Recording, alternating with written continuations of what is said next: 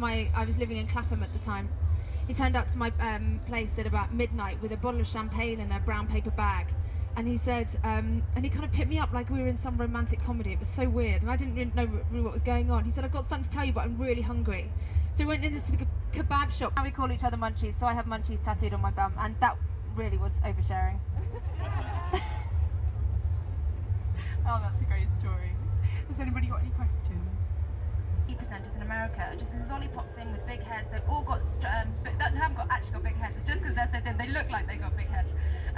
You know, hair straighteners, so much makeup, a real kind of photo fit of each other. Actually, we've done quite well over here with body image in the media, and that people generally don't lean towards thinking that skinny is the best option. And if you read any paper that puts a skinny person in, it's always what's wrong with this person, and which I don't like either. But it's not. I don't think it's celebrated. When I did that program by Size Zero, it was a phenomenon. It was everywhere, and it was like, this is what you've got to look like to be famous. And I don't think really that we feel like that necessarily here. And all of my friends in the public eye, no one's on diets. Everyone's normal. We go out for burgers and chips. All the men are on diets, which I always find really strange. None of my female friends are trying to lose weight, and all the men in my life are literally on diets. And I do think we've done quite well here. Fashion's another story that I couldn't possibly comment on. It's, you know, and fashion designers are always going to say that clothes look better. So through your other documentaries, was the geisha one? How was that? That was a completely cultural difference. I think with anything like that, I went to Japan to be a geisha for 10 days, and just such a massive privilege. It's the most closed world. You can't, even if you go to Japan on holiday, you'll only ever get close to the tourist geisha, like the ones that are there for, you know, for tourism. The real geisha that I got to live with for 10 days, I just couldn't believe it. It was just incredible. They didn't speak any English, I didn't speak any Japanese, and we managed to kind of communicate with each other. I'd sleep on the floor with the geisha girls, and really got involved. And the only thing that I could say that they would understand was the words David Beckham. So I would just go, before we'd go to sleep at night, so I'd just go, David Beckham. They just think that was hilarious. But yeah, I mean, just who gets to do that? And that's when, you know, the job that I did. It was the childbirth documentary. Don't ever have a baby. Childbirth is awful. No, I'm only joking. I made a program about childbirth, and that again was amazing. I witnessed 2 really brilliant births that were brilliant adverts for having babies, and you know, I keep saying to Chris, when are we going to go and buy our babies? But no, we will at some point in the next couple of years. I just can't think about that right now. Do I have any weaknesses that get me down? Yes, but they're getting better. I think when I started doing this job, you need to stop caring about what people think of you. It's like the first thing that you have to get rid of. And I think for the first few years of doing it, especially when you guys don't realise, tell you that you're awful. But I'd say my other weaknesses are probably deep fried potato. I have a big weakness for deep fried potato. And I'm addicted to Twitter. And yeah, I have loads of weaknesses.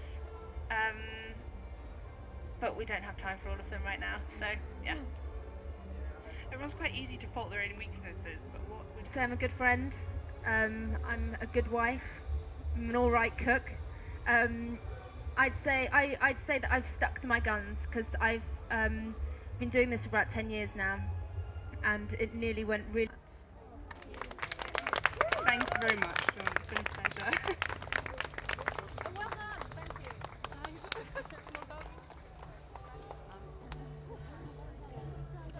Dawn, can you briefly tell us about your career in documentary making and writing? Well, I started making documentaries when I was about 25. Okay. And all sorts of things, body image, geishas, polygamists, and now I'm a writer and I've just written my first piece of fiction. Okay, can you tell us about your first book then? It's called Paper Aeroplanes, and it's about 2 teenage girls called Renee and Flo, and it's all about female friendship. How do you find it different to the stuff you've done beforehand with your, you had quite intense subjects just now. Yeah, it's Well, there's still intense subjects in the book, so now I've just fictionalised everything. You've just fictionalised Yeah. instead of experiencing it for yourself. Exactly. So now, and there's a lot of my own experiences in the book, so I've just kind of made a story out of some things that I've experienced, and just and had some fun making stuff up as well. Tying it together in some form of like a cool narrative Exactly. that you can get. Okay, that's brilliant. Yeah, so how did you start in documentary? I made tea for important people, and I started off at the bottom and went through the ranks until I eventually managed to get a show on TV. Wow, that's... Yeah, it's the best way. It sounds like the only way. Well, it kind of is, and it is, but it's the best. It's the best way, and you realise that in your early part of your career, if you prove yourself as someone who's willing to do anything, and you're good to be around, because it's all about teamwork. Yeah. You can make sure that you're part of a team, and that people can think, right, that guy's good. He's willing to do anything, and that's all anyone thinks about on location when you're making TV or making film. Are they willing? Is everybody willing to do anything? Because Yeah. they're the best people. So you just got to prove yourself in that way, and then what you realise is people start taking you with you from job to job, and suddenly you're working. And suddenly you've got a job. Yeah. And, yeah. Wow. Yeah. And I think the thing is a lot of people fall out of this industry because they're not willing to do that To process. keep jumping into Yeah. the hot seat when... Yeah, exactly. And another thing is that the stage that I'm at, I know people who haven't done that. So say if I work with a director who was lucky and went in at quite a good position quite quickly and didn't go through the ranks, they're never The fact that he'd never they're take never the team risk players. would never be... Yeah, they're never team players. They always don't understand the mechanics of working in production, and I think it's really important that people are runners, and then they're assistant producers, and then so there's a long way to go before you get to that, but that you go through it all. Yeah. And I think that's the most important thing. I think what you guys are doing now is awesome. Like, you're actually learning stuff, but when it actually goes to getting work, you need to prove yourself. Yeah, okay. When you're bringing about young people, I noticed how you were talking to another young journalist. Does working with teenagers matter a lot to you? I think it's really important, and I didn't have that, and how incredible that would have been. I think people talk about teenagers like they're just teenagers. These are the people of the future who will be making the TV shows and making the films and doing all this stuff, and it's great that early on we can start working with them and teaching them how to do stuff properly. Yeah. Wow. It's good that you guys get so many opportunities. I mean, and I think it's nice to see teenagers being really enthusiastic about doing that. I mean, to be honest, when I was a teenager, you'd have to drag me out of bed to do anything, and I'm always really impressed when I see young people who are willing to, learn how to use cameras and learn how to do what you're doing and learn how to do sound. I've got a microphone pointing at me there. You can't see him, but he's there. And just learning how to do stuff is really important. Okay. So yeah, and we have to make sure that our teenagers are developing in the world of media, especially. Yeah. Oh, sorry, I'm just a little nervous. Sorry, don't worry. Well, we can cut it. Ask Yeah. is there any more about the books or the documentaries so that you wanted to you're, ask about, or the Latitude experience?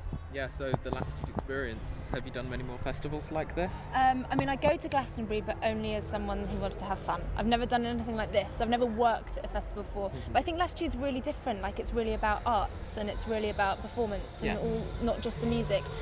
So it's quite nice to do it. But I've only just arrived. I'm starving, and I want to go and get a burger. And then I'll tell you about Latitude. I'll judge it on how good their burgers are. Just how good the food is. Yeah, it's beef and for just barbecue. Then it all becomes about the barbecue flavour. You know what I mean, though? Yeah, Anything I do understand barbecue is just completely like what you that's all you can taste. Yeah. And I like the whole taste sensation. Burgers with Dawn Porter. Dawn Yeah, Oat Porter. burgers. Yeah. We've just turned into a cooking show all I of a know, sudden. that's good. I'd be delighted with that. I'd be thrilled. Supersize me. Yeah, exactly. But I do have to genuinely go and get a burger because I'm so hungry. Yeah, okay. Now, actually, that leads on nicely when you go into Super Size Me. Your first documentary was Super actually... Slim Me. Yeah, the Super Super Slim Size Me. Me was the one when he ate McDonald's. Yeah, and for the thing, full and I did month. the exact opposite. Yeah. Yeah, awful. Don't ever. That sounds do it. terrifying. Yeah, it was honestly. awful. It was awful. Yeah. Well, I just starving yourself is a horrible thing to do, and also when you've got a camera in your face, being told to be clever and interesting and ask questions. When you just don't have the energy. Yeah, it's not good. It's not good at all. But it was a good program. I'm glad I did it, but the time was pretty difficult. Yeah, that was some of your earlier days of filmmaking. That was the first thing I did. one. Yeah. Yeah. Yeah. So I mean that just feels like a million years ago. I wouldn't do anything like that to myself again. No. And after I did that, I got asked to do all sorts of ridiculous things to be on camera, and I was like, I can't remember what they are now, but just really stupid things. But like, no, I'm not putting myself through anything